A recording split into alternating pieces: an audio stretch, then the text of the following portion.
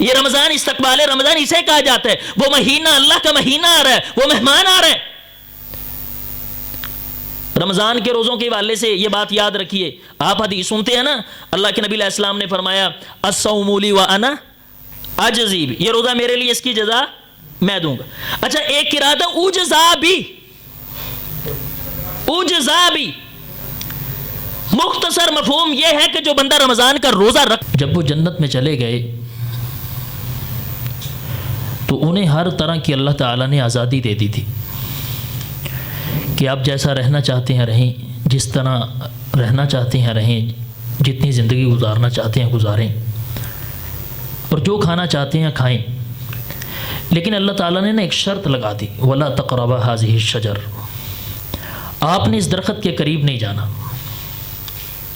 اب وہ درخت کیا تھا, بے شمار علماء نے وضاحتیں کی ہیں. کسی نے کہا کہ وہ گندم کا درخت تھا, کسی نے کہا وہ پھل کا درخت تھا, کسی نے کہا درخت نہیں تھا. اللہ نے تمثیلی طور پہ ذکر کیا, اور بعض نے یہاں تک لکھا جو میاں بیوی کے آپس میں باہمی تعلقات ہوتے ہیں نا, حضرت آدم علیہ السلام اور اماں حوا کو ان تعلقات کو اپنانے سے روکا گیا تھا. بہرحال نبی اکرم صلی اللہ علیہ وآلہ وسلم سے کوئی وضاحت موجود نہیں ہے کہ وہ کون سا درخت تھا, ہم اس کو ایک درخت ہی لیں گے. اللہ نے کہا کہ آپ نے اس درخت کے قریب نہیں جانا. اب سوال یہ ہے کہ حضرت آدم علیہ السلام خود کو اس درخت کے قریب جانے سے روک سکے؟ نہیں روک سکے. فَأَزَلَّهُمَا الشَّيْطَانُ عَنْهَا فَأَخْرَجَهُمَا مِمَّا كَانَا فِيهِ, ان دونوں کو شیطان نے بہکایا. مختصر حضرت آدم علیہ السلام کو اللہ تعالیٰ نے جنت سے زمین پہ بھیج دیا. حضرت آدم علیہ السلام نے آ کر کے اللہ سے اپنی معافی کی التجا کی, اپنے جرم کا اعتراف کیا. ربنا ظلمنا انفسنا وان لم تغفر لنا وترحمنا لنکونن من الخاسرین. اب سوال یہ ہے کہ اللہ نے حضرت آدم علیہ السلام کو معاف کر دیا. بیٹا غلطی کرے اس کے بعد باپ سے وہ معافی مانگے تو باپ معاف فرما دیتا ہے. اچھا معاف کرنے کے بعد باپ گھر سے جدا نہیں کرتا. حضرت آدم علیہ السلام کو معافی مل گئی, معافی ملنے کے بعد حضرت آدم علیہ السلام دوبارہ جنت میں کیوں نہیں گئے؟ معافی مل گئی نا, معافی ملنے کے بعد جنت تھی, جس جگہ سے آئے تھے اس جگہ پہ دوبارہ جانا چاہیے تھا, لیکن دوبارہ جنت میں نہیں گئے. اللہ نے نا پھر ایک نصاب مقرر کر دیا, اللہ نے ایک ضابطہ بنا دیا, ایک قانون بنا دیا. فَإِمَّا يَأْتِيَنَّكُم مِّنِّي هُدًى فَمَن تَبِعَ هُدَايَ فَلَا خَوْفٌ عَلَيْهِمْ وَلَا هُمْ يَحْزَنُونَ. اللہ فرماتے ہیں اب وہی جنت میں آئے گا, ابن آدم کا بیٹا وہی جنت میں آئے گا جو میری ہدایت کی پیروی کرے گا, ہدایت کے رستے کو اختیار کرے گا. اور جو ہدایت کے رستے کو اختیار کر لیتا ہے فَلَا خَوْفٌ عَلَيْهِمْ وَلَا هُمْ يَحْزَنُونَ, اسے نہ دنیا میں خوف ہوگا نہ قیامت کے دن کوئی حزن ہوگا. اب دیکھیں جس نے جنت میں جانا ہے, اللہ نے جنت اور جہنم کو ایک عمل سے جوڑ دیا. اب کوئی شخص جنت میں جانا چاہتا وہ عمل کرے گا. فَإِمَّا يَأْتِيَنَّكُم مِّنِّي هُدًى فَمَن تَبِعَ هُدَايَ فَلَا خَوْفٌ عَلَيْهِمْ وَلَا هُمْ يَحْزَنُونَ لِيَبْلُوَكُمْ أَيُّكُمْ أَحْسَنُ عَمَلًا. ہم تمہیں آزمائیں گے کون ہے تم میں سے اچھے عمل کرنے والا. آپ دیکھیں یہ قرآن مجید ہے نا, سورۃ ملک, اس کی آیت پہ غور کریں. الذی خلق الموت والحیات لیبلوکم ایکم احسن عملا. اللہ فرماتے ہیں ہم نے موت کو پیدا کیا, ہم نے زندگی کو پیدا کیا تاکہ تم کو آزمایا جائے کون ہے تم میں سے اچھے عمل کرنے والا. اب آیت کا اسلوب دیکھیں تو پہلے موت کا ذکر, بعد میں زندگی کا ذکر. لیکن ہم دنیا میں زندہ ہیں, زندہ ہونے کے بعد ہمیں موت آئے گی. اب قرآن کا ظاہر یہ کہتا ہے کہ پہلے موت پھر زندگی. اللہ سوال یہ ہے کہ پہلے ہم زندہ ہیں بعد میں مریں گے. اللہ فرماتے ہیں کہ ہم نے اس اسلوب کو اس لیے ذکر کیا, تم دنیا میں زندگی بسر کرو گے نا, الذی خلق الموت, پہلے تم نے موت کو سامنے رکھنا ہے, بعد میں تم نے زندگی گزارنی. لیبلوکم ایکم احسن عملا, ہم تمہیں آزمائیں گے. دنیا کے لوگوں, میرے بھائیوں, میرے دوستوں, آپ سب مجھے جانتے ہیں. میں صرف یہ امیر صاحب تشریف فرما ہے, میں اس لیے اختصار کے ساتھ چل رہا ہوں, 10-15 منٹ گفتگو کروں گا. اللہ فرماتے ہیں کہ ہم نے زندگی پہلے اس لیے دی تاکہ تم موت کو سامنے رکھ کے اپنی زندگی گزارو. ہم اس وقت ہمہ وقت, ہمہ گیر, ہمہ جہت, ہر شخص امتحان کے اندر مبتلا ہے، ہر شخص کو آزمایا جا رہا ہے۔ اب قریب ہی ایک مہینہ آنے والا ہے جو آزمائش کا مہینہ ہے، جو رمضان کا مہینہ ہے، جس میں انسان اپنے رب کو راضی کرے گا۔ کچھ لوگ ایسے ہوں گے جو اپنے رب کو ناراض کریں گے، کچھ لوگ ایسے ہوں گے جو اپنی منمانی میں زندگی گزاریں گے، کچھ ایسے ہوں گے ان کا جو جی چاہتا ہے وہ کریں گے۔ لِيَبْلُوَكُمْ أَيُّكُمْ أَحْسَنُ عَمَلًا، ہر شخص کے گھر پہ دہلیز پہ دستک دی جا رہی ہے، ہر شخص کو آواز دی جا رہی ہے، یہ مہینہ آ رہا ہے، تمہیں آزمایا جائے گا، تم روزہ رکھو گے، اس روزے کے ذریعے سے آزمایا جائے گا، رات کو قیام ہوگا، اس کے ذریعے سے آزمایا جائے گا، حلال چیزیں تمہارے سامنے رکھی جائیں گی، اس چیز کے ذریعے سے تمہیں آزمایا جائے گا، تمہاری خوبصورت بیوی کے ذریعے سے تمہیں آزمایا جائے گا۔ لِيَبْلُوَكُمْ أَيُّكُمْ أَحْسَنُ عَمَلًا، ہم صرف یہ دیکھنا چاہتے ہیں تم میں سے اچھے اعمال کرنے والا کون۔ استقبال رمضان، ہر شخص وہ چاہے جو بھی ہے، بیمار ہے، بیماری کے حالت پہ بھی انسان کو رمضان میں آزمایا جاتا ہے۔ ہمارے ہاں جو لوگ بیمار ہو جاتے ہیں اللہ تعالیٰ نے انہیں رخصت دے دی، فمن کان منکم مریضا او علی سفر فعدۃ من ایام اخر۔ مریض اور مسافر جب اپنی بیماری سے شفا یاب ہو جائے تو بعد میں دوسرے ایام میں جا کر کے وہ اپنے روزوں کو پورا کرے۔ جو دائمی مریض ہے اس کے لیے اور حکم۔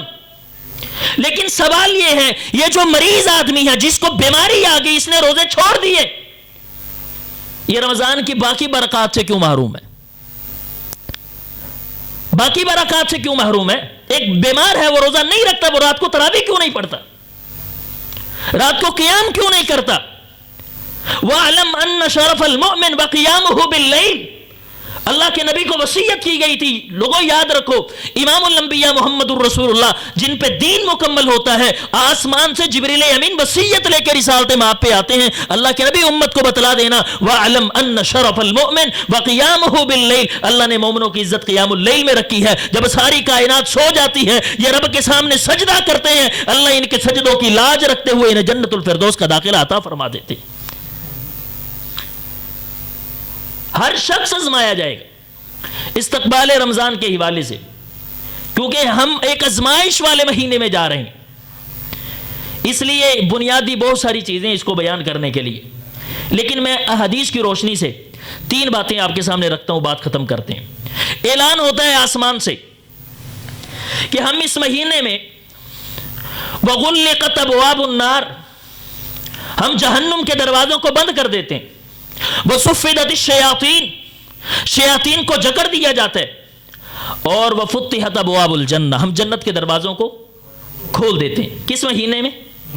رمضان کے مہینے میں۔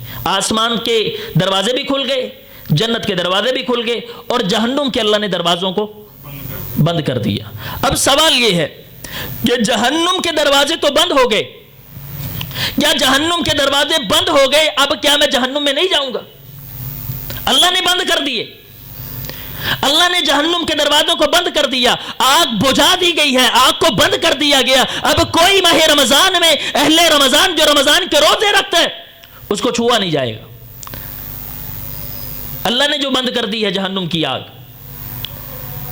تو کیا انسان پھر بھی جہنم سے بچ گیا کہ نہیں بچ گیا؟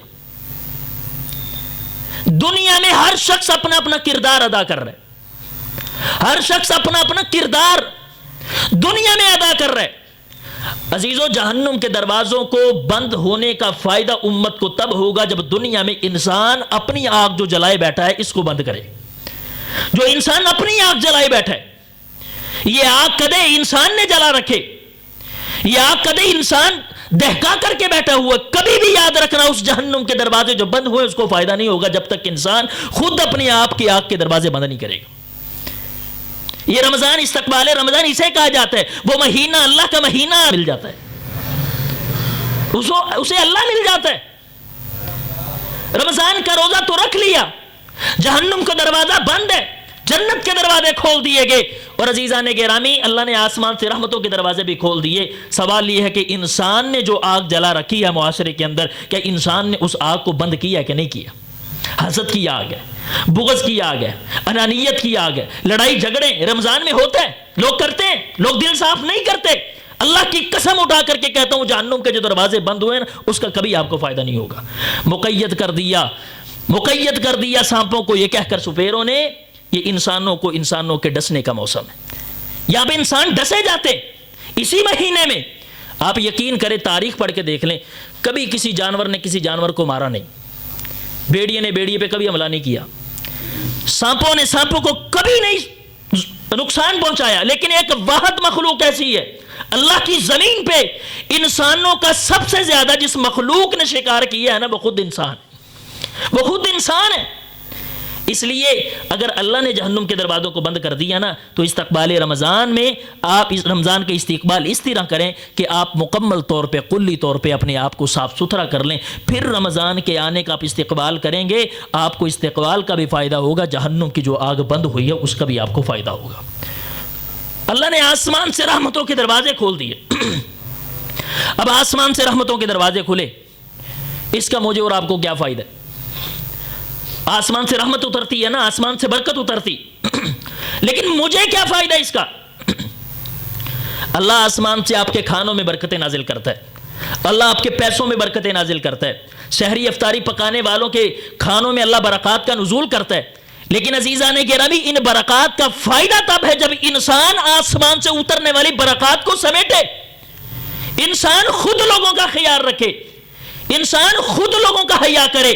جو سحری افطاری، یہ غریب غربا مساکین، یہ مساجد مدارس کے اندر مسافرین، یہ آنے والے جتنے بھی لوگ سفارا مسافرین یہ مسجد میں رہتے ہیں، ان کی افطاری اور سحری کا انتظام جو کرنے والا ہوتا ہے نا آدمی، اس کے لیے وہ فتحت ابواب السماء، جو آسمان سے دروازے کھلتے ہیں نا، اللہ ان کے کھانوں میں برکات کا نزول فرماتے ہیں. ہمارے معاشرے میں بہت سارا مسئلہ ایسا ہے، مسجدوں میں کوئی ایک بندہ بھی افطاری نہیں بیچتا، وہاں پہ مؤذن بیٹھا ہوا، وہ بھوکا بیٹھا ہوا، وہ مسجد کی ٹوٹیوں سے پانی لے کر کے اسے روزہ افطار کر رہا ہے. حالانکہ اللہ نے آسمان سے رحمتوں کے دروازے کھولے، لیکن انسان نے اپنی رحمت کا دروازہ بند کر لیا. آپ کے گھروں میں 11 ڈشیں موجود ہیں، آپ کے گھر کے اندر بہترین کھانے، یقین جانیں آپ کے سامنے 5 روٹیاں پڑی ہوں، بے شمار لذیذ کھانے سالن پکے ہوئے پڑے ہو نا، آپ کسی ایک چیز کو کھا لیں، اس کے بعد آپ کا پیٹ بھر جائے، وہ سارے کھانے آپ کے لیے بے فائدہ ہیں، فضول ہیں، وہ پڑے ہوئے.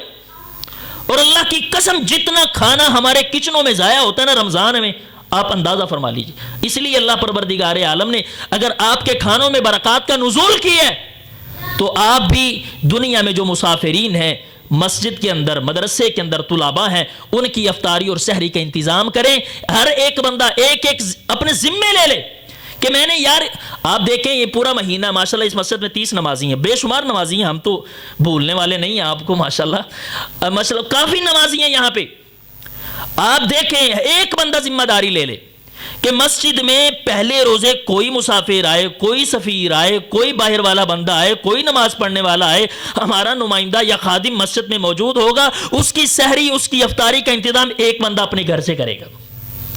30 بندے اگر اپنے ذمے یہ لے لیں، اللہ کی قسم جو آسمان سے اپنے رحمتوں کے دروازے کھولنے، اللہ برکات کا نزول فرما دے. اللہ نے جنت کے دروازوں کو کھول دیا، اس لیے جنت کے دروازوں کو بھی بند نہ کریں، اپنے اوپر بند نہ کریں، اللہ نے ہمیشہ کے لیے کھولے ہیں. نبی اکرم صلی اللہ علیہ وسلم نے فرمایا جو بندہ اعمال کرتا ہے، اعمال صالحہ کرتا ہے، اللہ پروردگار عالم جنت کے دروازے اس کے لیے ہمیشہ کے لیے کھول دیتے ہیں. تو اس لیے جو جتنے بھی آسمان سے یا جہنم کے یا جنت کے یا آسمان کے دروازے کھلے ہیں، تو رمضان میں کوشش کرنی ہم نے ان دروازوں کو بند نہیں ہو، جو بند ہیں ان کو کھلوانا نہیں ہے، اور جو کھل گئے ان کو بند نہیں کرنا. پھر آپ کے رمضان کے آنے کا صحیح معنوں کے اندر آپ استقبال کر سکیں گے. اور عزیزان گرامی، آخری چیز ہم نے یہ جو دیکھنی ہے، وَصُفِّدَتِ الشَّيَاطِينَ، اللہ شیاطین کو بند کر دیتا ہے. جب شیاطین بند ہو جاتے ہیں رمضان کے اندر، اکثر لوگ سوال کرتے ہیں کہ رمضان آ گیا ہے، روزے بھی رکھتے ہیں، قیام بھی کرتے ہیں، پھر اس کے بعد برائیاں بھی کرتے ہیں، شیطان تو بند ہے. اللہ کے بندو، ہر شخص کے اندر ایک شیطان موجود ہے. وہ بڑا شیطان تو بند ہو گیا، اس کو بند کر دیا گیا. اب یہ جو تمہارا نفس امارہ ہے نا، لَأَمَّارَةٌ بِالسُّوءِ إِلَّا مَا رَحِمَ رَبِّي، اب یہ جو شیطان ہے اس کو تم نے اپنے کنٹرول میں کرنا ہے. نفس ہے نا، نفس انسان کو ابھارتا ہے. یار پورا 11 مہینے آپ نفس کی پیروی کرتے ہیں، الذین یتبعون الشہوات، شہوات کی پیروی کرتے ہیں. اور آپ یہ سمجھ لیں کہ ہم اس مہینے میں نفس کی نہیں مانیں گے، ایسا کبھی ممکن نہیں. اس نفس کو اللہ نے کنٹرول نہیں کرنا، اس کو آپ نے خود کرنا ہے، اس کو یہ آپ کے ذمے ہے. آپ کا نفس آپ کو ابارے گا، کبھی برائی پہ ابارے گا. جس طرح دوسرے مہینوں کے اندر آپ کام کرتے ہیں، اسی مہینے میں وہ آپ کو اٹھانے کی کوشش کرے گا. ایک بات یاد رکھیے، آخری بات ختم کرتے ہیں. جس طرح اللہ پروردگار عالم نے اس رمضان کے برکات رکھے ہیں، ایک نیکی کرو گے ہم نیکیوں میں اضافہ کرتے چلے جائیں گے. اگر یاد رکھنا اس رمضان کے اندر آپ برائی کا کام کرو گے تو آپ کا گناہ بھی زیادہ ہوگا. جس طرح نیکیاں اللہ زیادہ فرما دیتے ہیں، اس طرح گناہوں کا بھی بوجھ انسان پہ زیادہ ہو جاتا ہے. تو اس پہ بے شمار نبی اکرم صلی اللہ علیہ وسلم نے بے شمار واقعات اس کے ذکر کیے ہیں. تو آپ نے جو بھی ہم نے کرنا ہے رمضان کے روزے رکھنے ہیں، اس میں ہم نے یہ کوشش کرنی ہے کہ ہم صحیح معنوں کے اندر، یقین جانے زندگی کا کوئی اعتبار نہیں ہے کس موقع پہ کس لمحے پہ. یہ رمضان اللہ پروردگار عالم کی طرف سے رحمت ہے جو مجھے مل رہا ہے، جس سے میں اللہ پروردگار عالم کے برکات اور جو انوار رحمت ہے اس کو سمیٹ سکوں. کوشش کیجئے جتنا بھی ہو سکے اس مہینے میں. یقین جانے جو بندہ صحیح معنوں کے اندر رمضان لگا لیتا ہے نا، 6 مہینے 8 مہینے اس کا اثر انسان سے ختم نہیں ہوتا. ہم تو پتہ نہیں کس طرح کا رمضان لگاتے ہیں. اللہ پروردگار عالم آنے والے مہمان کی اچھی طرح قدردانی کرنے کے اللہ توفیق نصیب فرمائے. وما توفیق الا باللہ. امیر محترم انشاءاللہ آپ سے خطاب کرتے ہیں.